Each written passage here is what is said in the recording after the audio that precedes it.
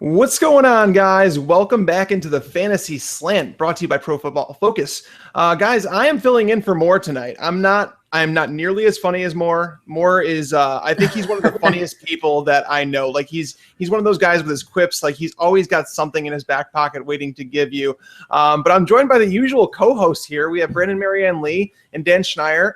What's going on, guys? I mean, I wish that I could say that it's been a more newsworthy week. It seems like there's been nothing on TV. No, nothing big going on. No, This conversation has got off to a fantastic start. Yeah, I mean, I don't know. At this point, I don't know what to say about that.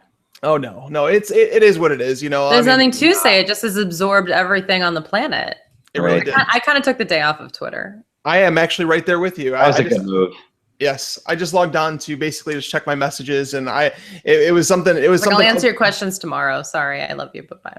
Yes, it was ugly. It was ugly last night, and I just didn't want to take part in it. So, exactly. but we're back here. We're here to talk football. We're not going to talk about anything else outside of Moore not being here, me filling in. But guys, as they usually do on the show here, we're going to talk about some news and notes that have kind of taken place. There's some big news that kind of took place this week, and then we're going to go into some DFS plays after the break. So if you're here for the DFS show. Second half of the show, we're going to talk about some news and notes now. Brandon, let's start right with Dallas. The big news out of the day, and I think we all saw this coming. I think we all saw it. Dak has been named the starter. Now Tony Romo appears to be cleared, and now it's basically a coaching decision. What's your take on what to do with Dak Prescott going forward? If someone out there owns him, what do you suggest they do with him? Hold on until Jerry Jones becomes the most hated man in fantasy football. What do you say, Dan? I mean, I don't know. Okay, so we obviously look at Dak's stat line against the Browns. I mean, you could put anybody against the Browns. We've talked about this plenty of times on the show. It's like the easiest stack in daily fantasy to just stack against the Browns. But has Dak really been that amazing outside of a few games against really good matchups? I mean, obviously he had good numbers against the Eagles. A lot of that was based on just the extra snaps and everything that went into just an overtime game. But to me, I don't really see him going forward as kind of like that obvious QB play every week that's kind of matchup independent. So I think if you can get something out of him, and I think a lot of the time with Cowboys players and with some of these other teams, the Steelers, you kind of have a little bit of extra, and people have a little extra incentive to trade for them because you might be in a league with a Steeler fan or a Cowboy fan or someone who just kind of inflates their value. So to me, I'm actually not going to hold just because I think it just kind of just goes back to my whole thoughts on the QB position in general. I don't know. Where do you see it, Mike? I think that an argument can be made for both sides. Now, Dak Prescott, his floor is ridiculously high. 18 or more DraftKings points every single week except for week one. Exactly. Exactly. His first week in the NFL, he was on the road. It was a division game. There was just so much built into that game. But ever since then, he's been a cash game option every single week. So for me, I actually like Dak. Now, the thing is, I could see why he'd be a sell just because you always have that concern in the back of your mind if he struggles 1 week that he can get benched for Tony Romo. So I think that's side of the argument. But right now, Dak Prescott could even be in the conversation for MVP. After the first 3 weeks, he threw just one touchdown. He threw just one touchdown the first 3 weeks. But since then, he's thrown 11 touchdowns in the last 5 games. Like, he's doing well. He did this all basically without Dez Bryant. He did it with a 40-year-old Jason Witten. Cole Beasley is his number 1 wide receiver. So he's managed the games extremely well. Obviously, him and Ezekiel Elliott, 2 rookies in the backfield. It's impressive. Brandon, Don't you dare speak poorly of Cole Beasley. You know me. I love Cole Beasley. Don't get me wrong, but he's not. I have the Beasles. You can't find a cure. He's not a number 1. We know that. No, but he is in my heart. And I will say that the most impressive stat for me for Dak Prescott is his 0.59 points per opportunity is 3rd in the league, only behind Matt Ryan and Tom Brady in terms of fantasy production. So I just think that he has some staying power. Again, could Jerry Jones ruin it for all of us? Yeah. Yes. I don't know what else to say about that, but it would be stupid. I don't know why they'd pull him. Yeah, but if you're a quarterback streamer, there's no reason to get rid of Dak right now. One stat, it's funny you mentioned that, the points per opportunity. One stat I found earlier today when looking at PFF stats is it's totally off topic, but I really wanted to say this one. Cody Kessler, did you guys know that on aimed throws, he's completing 75.5% of his passes? That's 2nd in the league behind only Tom Brady. But what's his he only has 1 interception? But what's his ADOT? Well, his A dot is lower, but still, 75%. 0.1 yards per. It is not. Is like, I think Aaron Rodgers might be. He's in the Chad Pennington zone, I think. For Oh, A-dot. God. I haven't heard Chad Pennington's name in a long time. I know Mike Clay is a big time lover of Chad Pennington. But I think we've talked enough about Cody Kessler for the show. Let's talk about Spencer Ware next. This is news that broke today that he's been cleared from his concussion. He's going to be the lead guy in the backfield again, I would presume. Dan, what's your take on Spencer Ware, Charkandrick West going forward now that we know Jamal Charles is no longer part of the picture? Do you view Spencer Ware as an RB1 going forward? Yeah, I do. And we've actually talked about this a bunch on this specific show, because I think you just got to look at Andy Reid's history of kind of leaning on that RB1, leaning on that one workhorse back. This dates back to his days in Philadelphia. And I mean, last week, I say a prayer for all the people burned in DFS in their cash game lineups by Charkandrick West. Supposed to be the chalkiest play of the week. And somebody else pointed this out on another podcast. I can't remember who, but it was a great point prior to last week. There was a situation that set up similarly the year before in 2015 where Charkandrick had like a exact same situation. He was the exact same type of chalk play in DFS, and he had a similar type, single-digit point week. So I think West is just not the same kind of talent as Ware. He's really good after contact. That's what he's always kind of been in, like our top 5, top 10 on a per touch basis in yards after contact. So those are the type of runners that I like to invest in, the guys who really do well in that elusive rating statistic. We talk about that a lot too on the show, and he's one of those guys. So I think it's his backfield going forward. Brandon, what do you say on, you know what, instead of answering that, because I think we'll probably be on the same page for that, but what's your take on him this week in particular? They're playing at Carolina. Carolina, it's a ridiculous stat, but I'm going to do it. There hasn't been a single running back that has topped 4.3 yards per carry against them since week 1. Like, no, not even a backup. Like, not even somebody that just got 2 carries for 10 yards. That didn't happen. Like, they held David Johnson to just 24 yards on 10 carries a couple weeks ago. Like, are you excited to start Spencer Ware even though he is back? What I didn't love about the Charkandrick West play last week wasn't necessarily that it was the wrong call, is that they didn't utilize him as much. Normally he needs to get more like 18 to 25 carries to be productive. And I think he got 16 total touches. Yep. And so that doesn't translate well for him. He's someone who has to get into a rhythm. That just never really happened. Again, they had Nick Foles. It was a weird game. I think that had it been Alex Smith at a little bit tighter of a game, perhaps he could have gotten a little bit more into the groove. So it looks like Alex Smith is going to be back. It looks like Spencer Ware is going to be back. So I'm not going to say he's going to defy all odds. I don't know if he'll have a great yards per carry per se, but I do think that he has a good touchdown in him. And if he gets the usage, it just became clear to me that they didn't trust Charkandrick West in the way they trusted Spencer Ware, and his usage is much higher. So that would be the I guess, terrible answer that I'm giving, which is if they give him the usage, yes. If they don't, then I'm worried. But I don't know why they wouldn't at this point. Well, because concussions aren't exactly like a hamstring. I'm worried about Doug Martin getting a full workload, but I'm not really worried about that with Spencer Ware personally. The fun fact I found on that is between Charkandrick West and Spencer Ware, of them two, if they didn't get 18 touches in a game this year, neither of them scored. So they need to get 18 touches this week. I think Spencer Ware needs to be more involved in the passing game. He's ever since week 1 where he caught 7 passes, like Spencer Ware came out, he worked on passing all season. He hasn't recorded more than 2 catches over the last, 6 games that he's played. So I think they need to get him more involved in the passing game. And that might happen with Jeremy Maclin looking likely to be missing this game. They also need to get him in the end zone. He's only had 3 touchdowns all season total, 1 passing, 2 running. And that's what I'm saying. And it's basically been in games where he's had more than 18 touches. So we need him to do that. I just don't think it happens at Carolina. That's why I have Spencer Ware in my fades of the week in my DFS article coming out. Actually came out earlier today. But let's talk about the next subject. Dan, I want to talk to you about the Seattle running back situation. The start of the year, we didn't really know what to expect out of Thomas Rawls. He came in, he was out. Kristen Michael, he's the next big thing. Even when Thomas Rawls comes back, people think that he's the guy. And now we add CJ Prosise into the mix, and he seems to be getting a lot of touches. Pete Carroll's saying that he's going to be more involved this week. I tend to think it's going to be more out of necessity this week because they're playing the Patriots. But do you think that, CJ Prosise is practically a flex starter going forward? Well, here's the interesting thing about Procise, about kind of what you said. You think it's going to be out of necessity because they're playing the Patriots.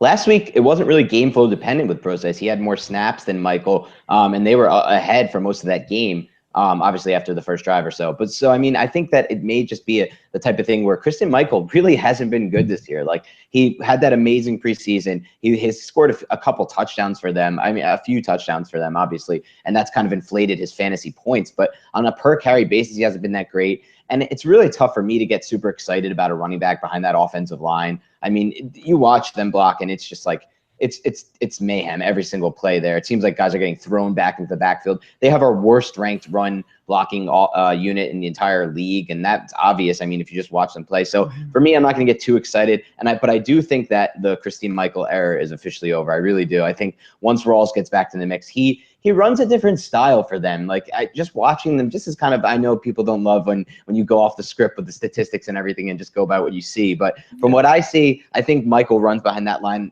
behind their specific blocking scheme in a lot different way than we saw Rawls do it. And same thing with Lynch. So I think Rawls will get back into the mix, and I think Procise will be definitely a big part of it. Remember, they drafted him in the 3rd round before a lot of other backs. And there was a lot of hype for him in the preseason. People were calling him David Johnson 2.0. He has that size speed combination. So, he's healthy now, and I wouldn't be surprised. Yeah, I felt like he could have flex value in PPR leagues. And with Kristen Michael, 5 carries. I think part of it, though, I think Pete Carroll somewhat benched Kristen Michael. I don't know if he talked about it. I didn't catch his post game or anything like that. But Kristen Michael kind of showboated on his touchdown before he got in the end zone, almost like held out the ball like, what are you doing? You haven't played very well the last 5 weeks. He hadn't topped 4 yards per carry in his last 5 games. I think that the motivation is almost worn off. Like, you don't see him running the way he did in the preseason, the way he did at the start of the season. So, Brandon, you were shaking your head. I think you agree with us. Yeah, I mean, this is a story we keep hearing over and over, right? Christian Michael preseason, way to go. Everybody gets really excited because of his talent.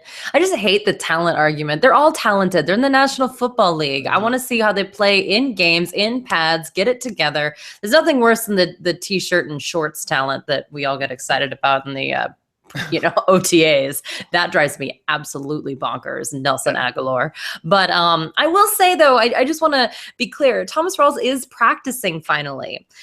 They have announced that he's not going to play against New England, but they are looking for him to get involved the week after that. I completely agree with Dan. I think this is Thomas Rawls' job. I actually don't think it's going to be CJ Procise. The guy has only had 9 carries for 30 rushing yards and 8 catches for 116 receiving yards. Now, the 8 catches for 116 receiving yards, you're like, yay, but no touchdowns. Yeah, sure. Okay, he played in 26 of the 47 team snaps, which was a high for him at 55.3%. Before that, 25 and 41%. It's going in the right direction. But I still don't think they view him as a lead back. I think that they wanted to experiment a little bit with having a lead back and a pass catching back, but they didn't get Thomas Rawls healthy. It just didn't work out. And CJ Procise, if you remember, wasn't healthy in the preseason, so they couldn't incorporate him into the game plan at the beginning of the season. So things are kind of starting to come around, and it looks like perhaps Russell Wilson could get a little bit healthier and or more efficient towards the end of the season, which seems to be his thing. But again, that offensive line, I agree with Dan. You just can't get that excited, but I just think it's too small of a sample size. Maybe this week, but I don't know. I mean, I don't know. I still think it's a bad matchup. It's still not someone that I want to play him against. A lot of Precise's receiving yards, you mentioned his total, but a lot of his yards came on that Tanner McAvoy trick play where there was just like kind of a reverse pass, and that was like at least I think it was like a 47-yard play. So I mean, at that point, we're looking, if you take that away, obviously you shouldn't, but it's a trick play. They're not going to use that every week. We're looking at somebody who's really just hasn't produced. Yeah. And no offense to him, I'm sure he can, but that's not how they play football right now. And it's going to turn into an ugly timeshare. I don't think they're going to totally go away from Kristen Michael, but I do know that CJ Procise was brought in there for a reason. He's kind of like taking on that Fred Jackson role from last year. Rawls coming back. We just don't know. There's so many question marks for me. I want no part of the backfield if I can help it. But let's move on. Let's talk about someone else returning. It seems like all these running backs are starting to come back into action. Another one, Jaquiz Rodgers has been ruled out, but it seems like Doug Martin's on track to play. In his absence, it's been crazy. Ever since him and Sims have gone down, the Bucs have totaled 113 carries and 20 receptions. The running backs have in the last 4 games. Jaquiz. They're averaging 33 touches per game. So Doug Martin immediately enters back into the RB1 conversation, right, Brandon? No, because they're not going to give him that many carries on a hamstring injury.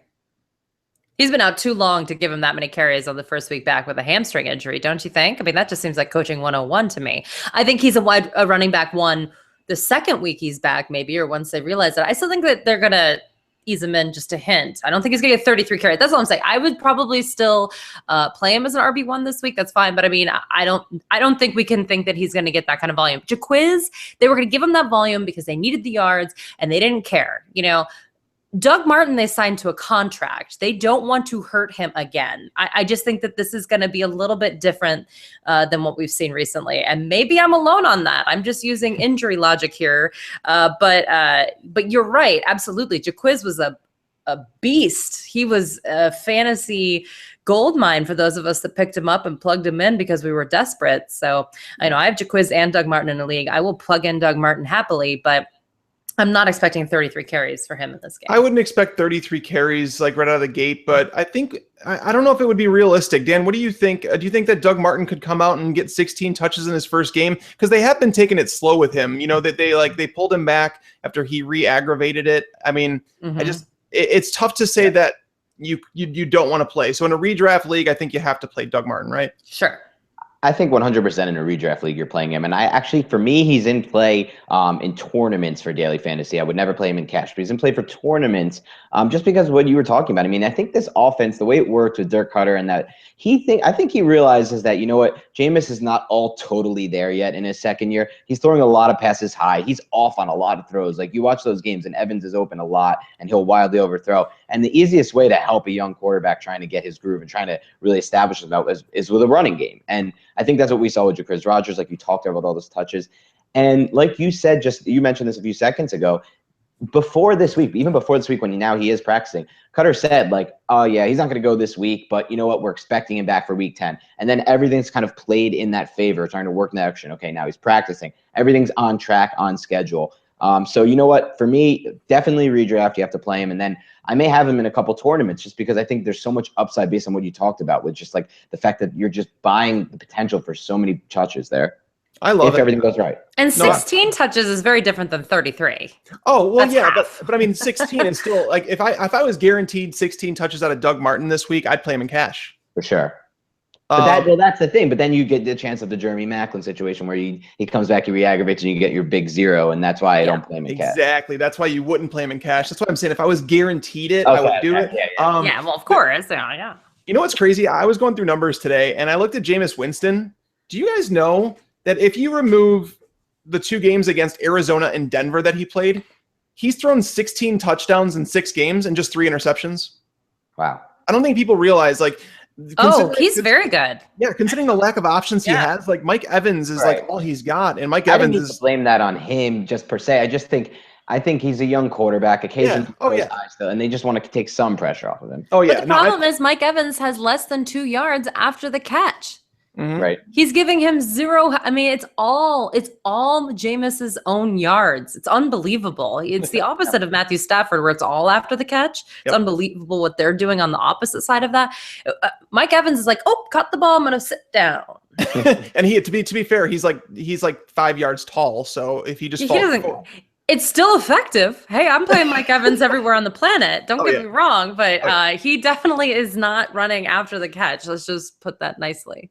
Absolutely. No. So moving on from that, let's talk about some more news that came out. So Jarvis Landry has been in like a target funk over the last 3 weeks that they've played, and it coincides with Jay Ajayi's emergence. What is your guys' take going forward on Landry? Because not only has Adam Gase come out, but Christensen, the offensive coordinator, he came forward and said, yes, Gase is right. We need to give him the ball more. That's on me. Is this smoke, or do you guys really believe that they're going to force feed Jarvis Landry the ball? Dan, what do you think? I think it could be a squeaky wheel situation here where he does get the ball a little more often. But you made a good point. I mean, and this is kind of on the opposite side of what I just said, because last week they didn't get that running game going early with Jay Ajayi. And you know what? They stuck with it. And after the game, Gase said point blank, like, I know I have to stick with this run game, even if it's not working. This basically confirmed my thought going into the game that even if it doesn't work at first, I got to stick with it because eventually it's going to work and it's going to help us win this game. And now they're on this winning streak, and he doesn't seem like he's going to go away from it. So is there a way, do we see a way for both Ajayi and Landry to be two, high or at least consistently scoring players on a weekly basis? That's the question we have to ask ourselves. And I don't know if the answer is yes for two Dolphins every week. They don't play at that fast of a pace. Their defense is on the field a lot. It's a tricky situation. So it's a matter of, if you want to go with the squeaky wheel coach speak, which can be great, and it can let you down too. And it's just, I'm kind of in the middle on this one. I don't have a strong take. Brandon, let's hear what you have to say. Do you think that Jarvis Landry is considered? Should you consider him a buy low? I think that's the best question. No. I think this is an indictment on Ryan Tannehill. I was about to say, we know you love Ryan. Yeah. No, but I mean, no, but honestly, I'm just going to say, since week 4, he has only had 30 attempts or more once. That's it. If he's only making 20 some pass attempts, there are only so many targets that can go towards Jarvis Landry, regardless of whatever we're talking about. So I just think that Adam Gase is kind of like what we were talking about with establishing the run for Tampa Bay. They're establishing the run so that Ryan Tannehill doesn't completely implode and that they could win some games. And you know what? They've won 3 in a row. Right. I don't think they're going to make a huge playoff push anytime soon, but certainly it's working for them. That's not an accident. So it makes zero sense for them to all of a sudden start force feeding the ball to Jarvis Landry. Now, Jarvis Landry is an incredibly talented receiver, one of the best in the league at what he does. Actually, when you look at like what he did last season, what he's able to do when Ryan Tannehill actually can throw a ball that's like manageable and you can catch. But they're just not letting Ryan Tannehill air it out at all. They're completely changed their game plan. Adam Gase has said, great, there's someone who can get me some yards. And they're only using Tannehill when they think it's going to be an easy gain. And I think that's smart football. I don't think it's smart for fantasy owners, but I think that's smart football for the Miami Dolphins. It really is. It's smart to take the ball out of Ryan Tannehill's hands as much as possible. I would agree with you. I don't think that Landry is going to ever be the guy that he was even last year. The guy that's catching 7-8 yards. Or 7-8 catches per game. You could almost rely on him as a cash game option every single week, no matter the opponent, because he's like that shifty athlete. He's only being targeted 5 yards from the line of scrimmage. There was a lot of reasons to like Jarvis Landry. Now that they actually have a run game, it kind of takes away some of his luster. The reason I felt like there would have been some upside this week and going forward was with the retirement of Arian Foster. I felt like that would have opened up a couple targets for Landry underneath. Because when Foster was brought in, I felt like that would eat into his production. It didn't really affect it that much because, let's be honest, the last 3 weeks where he's kind of been sluggish, Arian Foster's been nowhere to be found. So that's where I do have my concerns about Landry. I think there's a middle ground. I don't think that he's a bad option. I think that's why Dan was saying he has really no strong take on it, because there's really no way to go. I think it's just somewhere in between. I don't think that he's, that wide receiver, top end wide receiver 2 in PPR, but I also don't think that he's I don't think he's bench material. So the last piece of news I want to touch on, and it's not really news, it's more of an opinion. I came up with this one. I wanted to hear your guys' take. Brandon, we talked a little bit about it on the waiver wire show, so I want to ask Dan about it. Dan, what's your take on the Baltimore running back situation? This week they play on Thursday night. They have a fantastic matchup against the Browns. It could potentially be a game where they say, we're going to decide our running back this week. Do you think that Kenneth Dixon gets a shot, more of an opportunity than Terrence West this week? So Dixon's a guy I was super high on in the draft, and this is not just from what I've seen of his at Louisiana Tech. I mean, even if you look at just the numbers, as far as Pro Football Focus did their job on him, he was up there in elusive rating, in yards after contact, in forced missed tackles. He was one of the best receiving backs in college football last year. This is a guy who did it all. And I think that the injury, his obviously, he missed, how many weeks did he miss? 4 or 6 weeks at the beginning of the season with that knee injury. So I think the injury is still kind of having an effect on him from what I've seen since he's returned. But at the same time, you look at Terrence West, and he has been unbelievably inefficient over the past 4 weeks. I looked at it, and he actually has he's 33rd of 39 running backs in elusive rating over the past 4 weeks.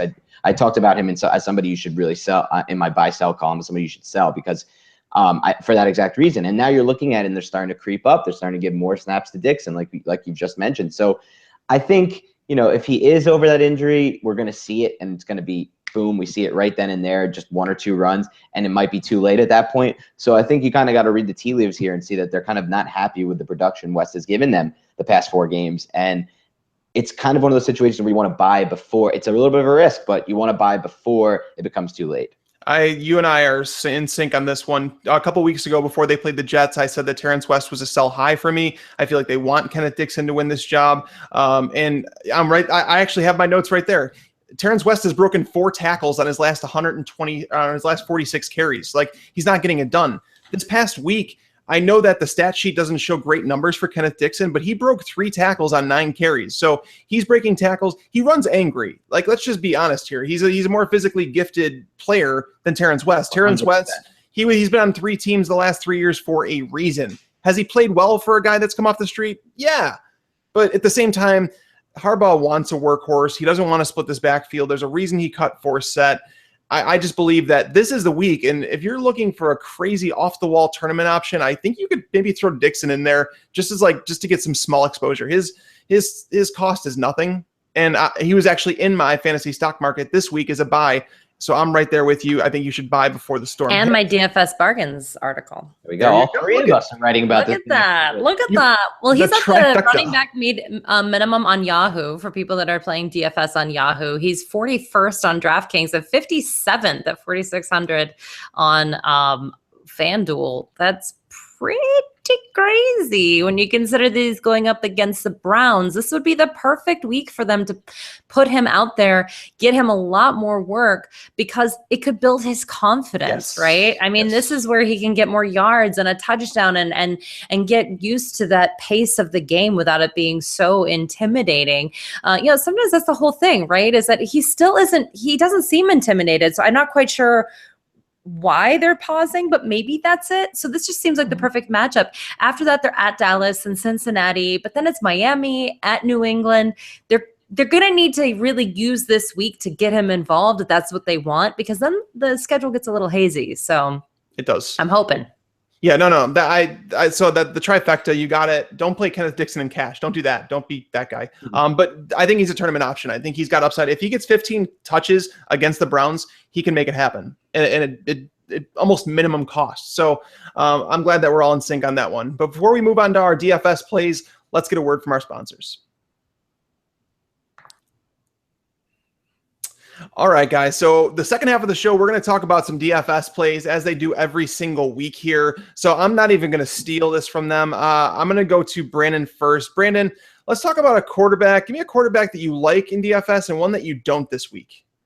I like Marcus Mariota versus Green Bay. And he's so cheap. I don't even know what happened with their algorithm this week. I don't know why. I know. I said the same thing. He's in my, again, I just kind of plagiarized myself with my DFS bargains article because, I was so tired this morning after all this, election stuff going until 2 a.m. that I'm not quite sure I made sentences, so that was kind of where my brain power went. So, listen, he's 14th on FanDuel, 16th on DraftKings. Mariota is continuing his success this season. I wrote an entire article too about the guys that are legitimately going to continue still being stars, like Jay Ajayi, Marcus Mariota. I talk about CJ Fedorowicz. These guys are not going anywhere. Michael Thomas. I keep getting questions about trading these guys away or playing them or not playing them. I think people are still not sold on him, and I understand that. The most impressive thing that he's done, though, as far as I'm concerned, is that he had a league low last year of only completing 20.4% of his passes that went for 20 or more yards. So far this season, he's at 42.4%, which is 12th in the league. That's actually quite an improvement, to be entirely frank. And that's on a team that still relies on the run. Yeah. So, I think that they did the perfect thing. Again, we're talking about these quarterbacks that are trying to build their confidence. They're trying to improve. And so what does the team do? They lean on the run. That's called good coaching. That's what they're doing. And Marcus Mariota is making the most of it. And I like the matchup versus Green Bay. They're at home.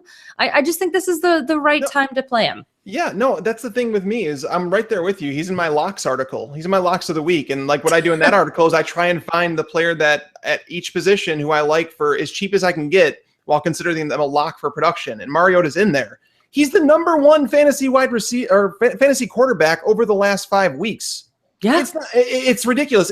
He's actually 10 points higher than the next closest guy, the guy on the other sideline this week, and that's Aaron Rodgers. He's 10 points more than him over the past 5 games. So when you look at everything and add it up, like the Packers have allowed more than 30 or more points in games, 3 of the last 4. The only team who didn't score at least 30 points was the Bears. And in the Bears game, if you guys recall, Matt Barkley was the quarterback for 3 quarters, so they're not going to allow 30 points to Matt Barkley. I don't know where they screwed up with Mariota. Give us one real quick before we move to Dan. What's a quarterback that you don't like in DFS this week? Brandon? Oh, for me? Yeah, just one you don't like. Oh, one that I don't like. I'll let you think about it. Please do. Dan, go ahead and give me a quarterback that you like and one that you dislike. Well, I want to make one thing clear first. I think, and you guys, I'm not going to go into it because you guys illustrated perfectly, but you can't fade Mariota this week. The value is just way off, and you have to get in on it. That's obvious. But one guy that I love this week, and it might be a little controversial, is Jay Cutler at 5,300 on DraftKings. I think I've been making so much money this season targeting this Tampa Bay Buccaneers defense because no one talks about them as that every week obvious target. People talk about the Saints. People talk about some people talk about the Jets, at least in tournaments. There's a lot of defenses that people like to target. And it doesn't, and San Francisco, of course, but it doesn't seem like Tampa Bay is like that lock defense to target. But they are. They have our 24th best pass rush overall, our 25th best pass coverage team overall. And one of the things I love to look for when targeting cheap bargain quarterbacks is the matchup between the team's pass blocking on their offensive line and the opposite team's pass rush. So I just told you that Tampa Bay has the 24th best pass rush this season, and the Bears, despite dealing with a lot of injuries on that offensive line, have the 13th best pass blocking unit. And both Josh Sidden, left guard Josh Sidden, and right guard Kyle Long both practiced today in limited participation, but they're back at practice and they might play this week. If they both play, it's a huge boost. I'm going right back to the well targeting this defense, and I love Cutler at 5,300. Now, do you think Cutler? Now, I want your opinion on this before I give my rebuttal. Do you think Cutler's a cash option or a GPP? So that's the thing. It seems like Cutler should really never be a cash option, right? Especially when you just consider the fact that that Bears defense is not all there yet. 1, 2, they could really get into one of those games where the game flow is just Jordan Howard running the entire game. If the line blocks like it did against the Vikings, I mean, and Cutler still cashed in because of the touchdowns there, but he didn't have many yards. So I think for cash games, it's a little too risky, I would say. But at 5,300, I mean, it's not a terrible option in cash plays. I don't know. Do you disagree? Well, that's my take on it. So I think Jay's in this weird category where you don't want to trust him in cash. I'm with you there 100%, but I don't know if he offers the upside you want in a tournament. I actually was going through his game logs with John Fox ever since John Fox came to Chicago. Jay Cutler's thrown for more than 280 yards just 3 times. Ooh. Like that doesn't give you very much upside. And on top of that, it's not just that though, it's the touchdowns too. He's had just 1 game with more than 2 touchdown passes. So for me, I don't know if the upside's there. I love the value. I love the value for 5,300. That's why I think he's a better cash play. I'm going to put that in quotes. But I don't think that there's any way that you could play him over Mariota. So usually we're talking about contrarian plays and things like that. I just don't know if Jay offers the upside. I think he caps out at maybe he may get to 280 and 2 touchdowns. Like that's not going to win you a tournament. That's why for me, he's more of a cash option, but I see where you're at with it. It's just a weird place. No, I mean, I think Tags I think you just brought the fire there because you just came prepared with a lot of information. You dug deep in the game log there. And you know what? You've completely changed my mind. I will not use him in tournaments now, but I am a bit of a value pig. I think that in pretty much everything in life. And I will say that at 5,300, I got to get some exposure to him. So I'm now going to be leaning towards maybe cash games with that. I don't know, even though I don't know how to fade Mariota at 57, but that's a whole nother story. That's the weird part. That's the weird part. I know Brandon likes her some Alex Smith this week. So Brandon, who's a quarterback you don't like?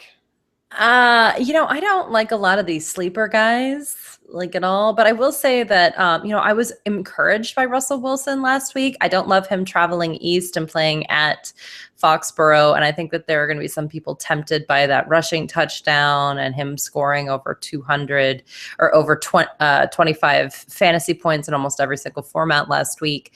I think that, yes, he's back in quotes, but not back at New England. I think that's a little bit over the top for me. Yeah. And Dan, real quick, you don't even need to explain it. Just give us a DFS quarterback you don't like this week.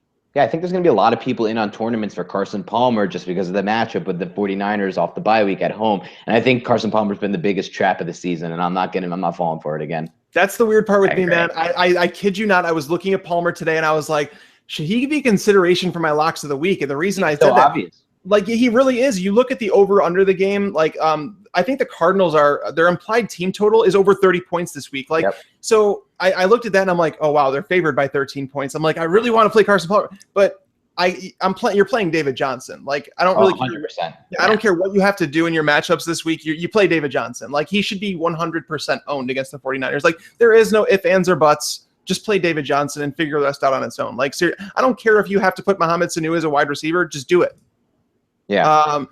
Speaking of running backs outside of David Johnson, because everybody knows that, Brandon, give us a running back that you like. A bargain is Darren Sproles, Oh, the God, lead no. running back for the Philadelphia Eagles. But listen to me. Listen before you get all sassy pants over there. On FanDuel, he's the 46th highest priced running back. No. Can't fade that. It's so cheap. $5,100. 46th. You don't think he's going to be in the top 20 when he's the lead running back going up against Atlanta, who, by the way, gives up 60.8 receiving yards to opposing running backs, which is the league high. It's a perfect matchup for a running back who would be named Darren Sproles. It just all makes sense to me. It all makes sense to me. Now, do I love what's happening with that offense right now?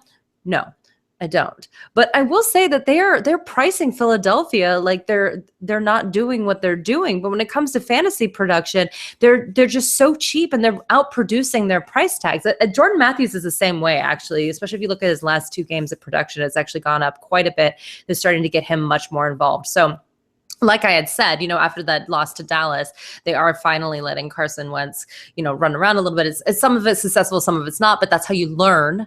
That's how you become a better quarterback. So that's the good news. But Darren Sproles is very involved, and that price tag, I don't know how you ignore that. Here's my issue.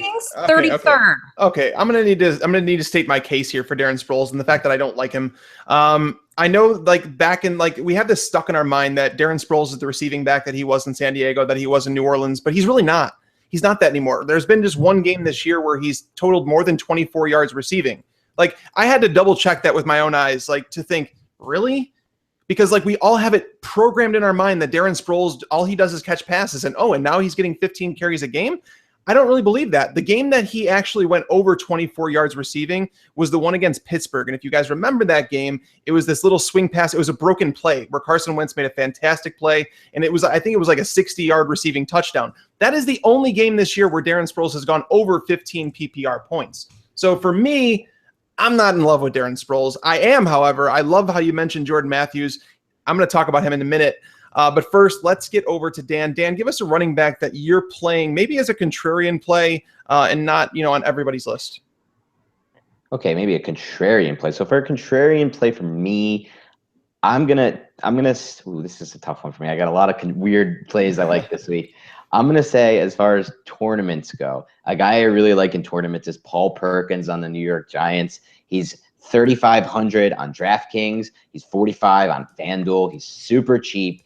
And last week, he saw his highest percentage of snaps of the season. It was only 34%, but the Giants got nothing going in that running game in the first half until they gave him basically an entire series, and he went for a 14 and 15-yard plays and back-to-back possessions before that weird Odell Beckham interception or whatever we want to call that. But Perkins is a guy to me that is clearly the only running back who has any chance of succeeding behind an offensive line that bad, because just like he was at UCLA, he can make yards after contact. I mean, he was contacted behind the line of scrimmage a lot at UCLA, and it's the same thing with the Giants. It doesn't matter. They like to use him in the passing game too.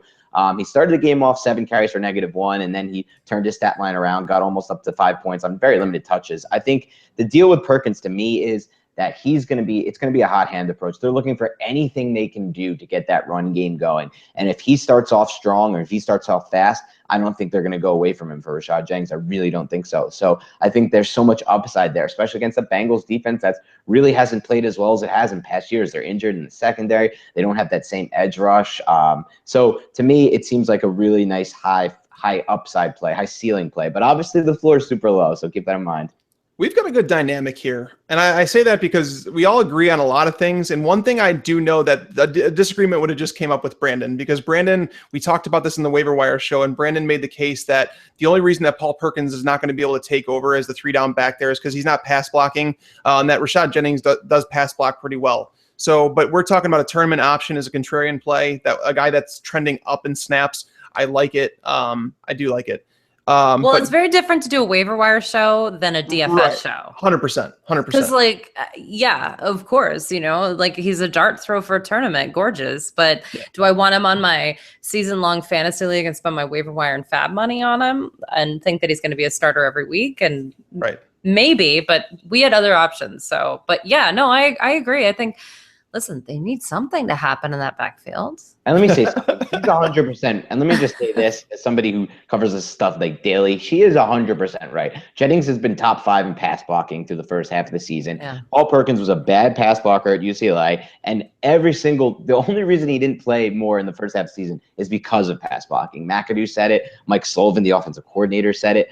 But at the same time, they're also starting to now say he's starting to pick up things. Jennings says he's in the offensive line room now, trying to figure out this. He's doing extra work. And remember, the thing with Perkins is he went to UCLA, so he got started all the way in late June. He missed all of rookie minicamp, all of OTAs. He got a late start, and now he's finally starting to pick things up. And to me, just from a talent standpoint, I'm a big believer in that talent wins out once they finally can get that whole pass blocking thing down, pass schemes down, know the protections, know what Eli wants to audible to. And so that's why, again, you're right. And I think we're both right here. So I think it's a good tournament play and a bad cash play. There we go. Yes. No, I love it. I love it. That's what I'm saying. I think we're all in the same mindset. I think that's why this is kind of working right now. We're running out of time, unfortunately, but I want to run through some wide receivers real quick. I'm going to give you guys my pick.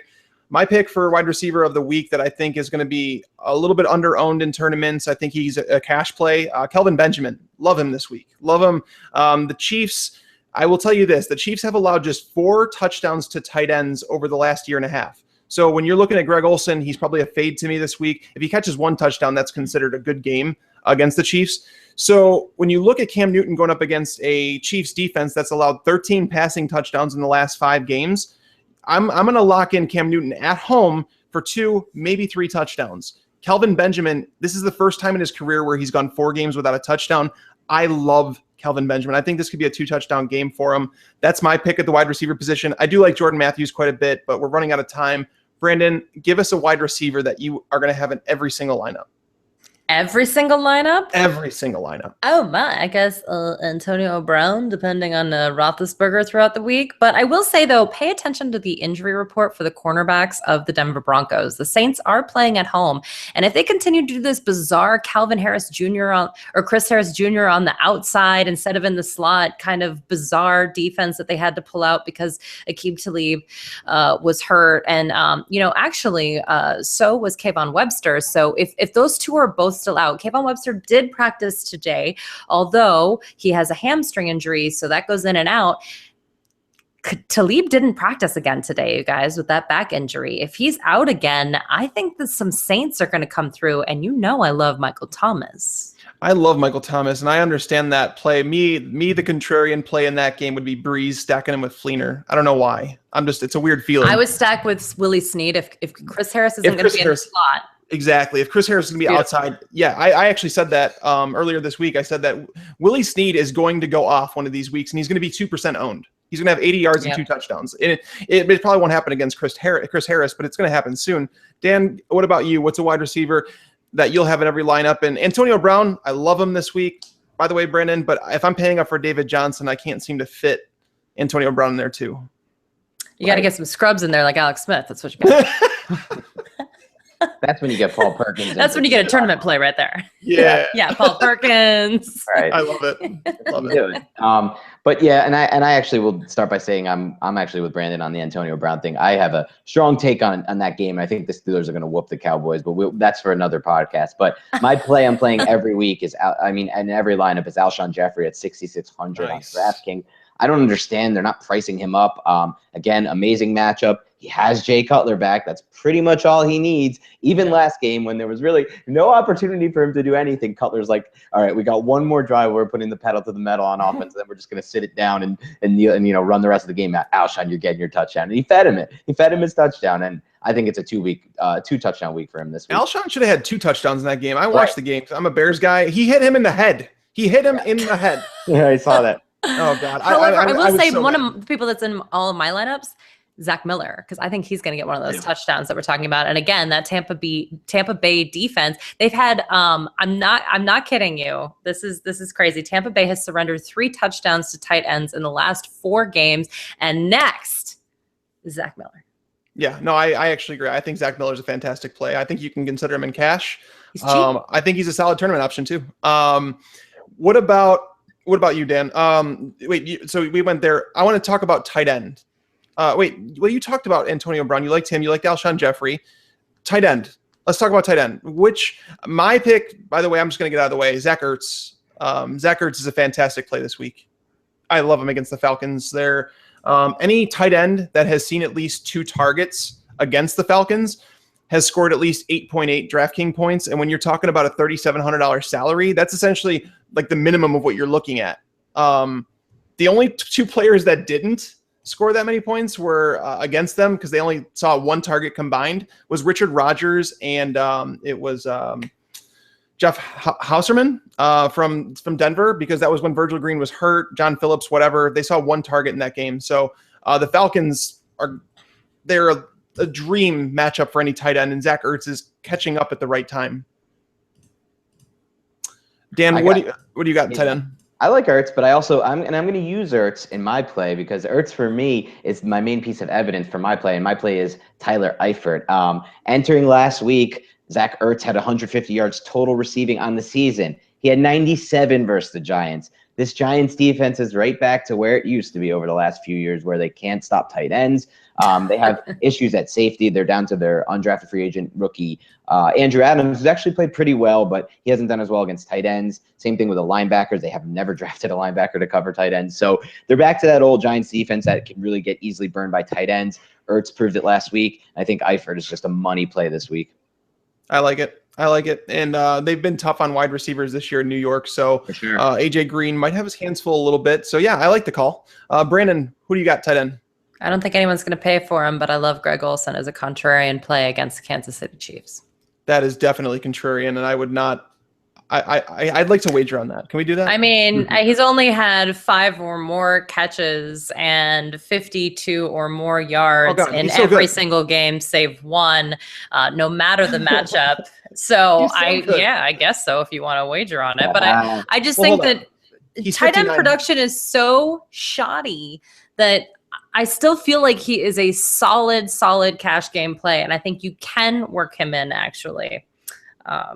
But if you're going to pay up that high, why not go to Jordan Reed? So Greg Olsen. Because I don't like Jordan Reed against Minnesota as much as I like Greg Olsen against Kansas City. We got to figure out something, Brandon. You and I. What do you? Hold on. So actually, Brandon, hold on. We actually have 3 people in this show, so we could have a tiebreaker. Oh yeah, Dan, you're the tiebreaker. Jordan Reed or Greg Olsen? I couldn't be more in with tags on this one. I wrote about Reed as my buy guy. The guy got 9 targets in his 11 targets his first game back. He has more yards per out run than Olsen this season. He has that over last season. I think Reed's a more, I guess, just a more prominent option in that offense. I also just don't buy into this Panthers passing game this year. It hasn't looked that good. It really hasn't. They should have done much better against the Rams last week. I'm sorry. That's a pass defense is beat up. So you know what? I'm with tags. Well, Brandon, I'm not throwing you under the bus. I love you. I feel terrible saying that because Brandon's my co-host. You're the guest. Brandon's my buddy. Brandon's my buddy, but her and I always disagree. It's like it's the funnest part of my week. I love arguing with Brandon. How about the guy who was like, "You need to be nice to her"? I know. On Twitter, call was money, and I was like, "That's what it was." On Twitter, I got yelled at for arguing with Brandon. We love each other. It's fine. I think, but again, if you're in first world problems deciding between Jordan Reed and Greg Olsen, then congratulations. That's fair. I mean, it's not like we were doing like, when you take Jordan Reed or Cameron Brate. I think then that would be done. I think rather than both of them, I'd rather just go down to Zach Ertz or Zach Miller. I think we're on the Zacks this week. Zach Miller's probably in every lineup. There you go. There you go. But guys, I hope you guys enjoyed me filling in here for more. Like I said, I know I'm not as funny. I probably argue more. No pun intended. But guys, you guys want to throw out your Twitter handles, Dan, Brandon? You guys want to throw out your Twitter handles so that everybody can follow you guys? Yeah, sure. You can find me on Twitter at Dan Schneier at NFL. There's no space between that, even though I almost forgot my own Twitter handle. But there we go. And I am at Brandon her FFB, as in her fantasy football. And I am at Mike Tagliere NFL. We will be here throughout the week. We got shows everywhere. And guys, we're going to be starting to do a promotion on iTunes. If you guys go to iTunes and you leave a review on the show, make sure to leave your username, your PFF username in there, because we're going to be doing a giveaway throughout I think this entire month. We're going to be doing a giveaway where if you leave a review, one a month, we're going to give away a free PFF Gold subscription. So make sure to go to iTunes, leave us a review, let us know what you think. Tell me to stop yelling at Brandon. Tell more to come back to the show. No, that was sweet. That was sweet. Yeah, do whatever you guys got to do. But thank you as always for stopping by. We appreciate it. Until next time, lights out.